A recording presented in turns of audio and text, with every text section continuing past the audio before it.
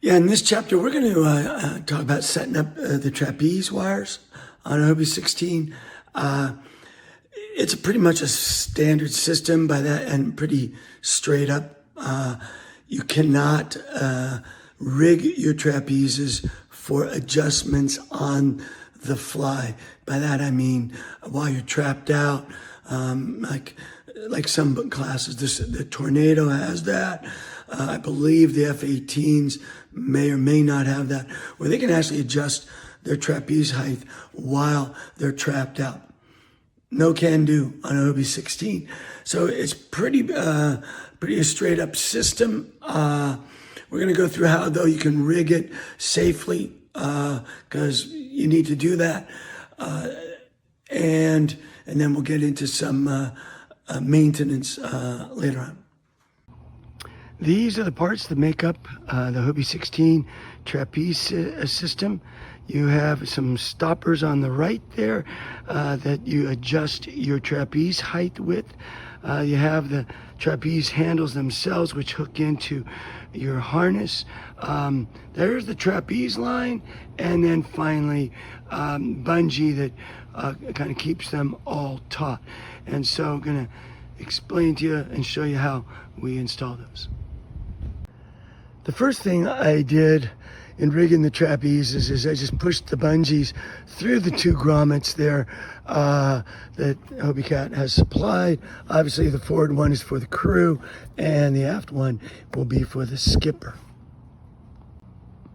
I should point out that some people prefer to have the skipper's bungee run outside the sidebar and just outside of this, not in the grommet, so that way it can run all the way to the back of the boat. That's if you're beam reaching, for instance. But first of all, I'm not doing a whole lot of beam reaching, at least racing. And secondly of all, I've had no problem getting my bungee back far enough. Typically in a beam reach, the crew will just single trap.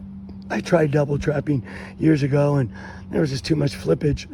So now I just single trap and have the crew take this and the skipper's trapeze and run back to keep the bows out. Old habits die hard, and I don't know why I've always looped the crew bungee through the center tramp lacing. I think it's so that kind of keep it contained and not wrapped around. But I think that was also before Hobie supplied double grommets. Yeah. So this is what one side of the trapezes will look like when you rig them. I started by tying a bowline around the loop in the bungee. From there, I went to the stopper. This adjusts your trapeze height, and one side of the stopper has a little groove in it.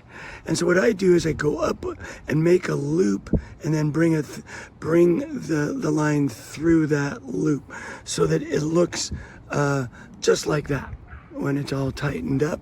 Okay, and there's a lot of ways that I've seen people rig this. This is the simplest and easiest and most logical for me, and it's worked. So after that, I take it through the thimble on the end of the trapeze wire, and then finally I tie it off on the handle with that stopper knot inside a stopper knot, half hitch if you will, that I use the same on the Traveler when I'm attaching the Traveler to the shroud.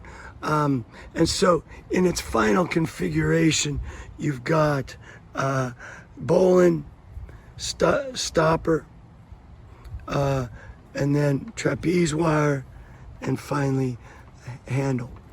I like each side gets a white and a black handle, and I like to use the white handle for the skipper, so that coming out of attack, I know exactly where it is. That's also another good reason for using these both grommets instead of having the bungee outside here. When it's outside there, it can run up and down and just don't know where it is. When it's always at the grommet, you know exactly where to find your handle.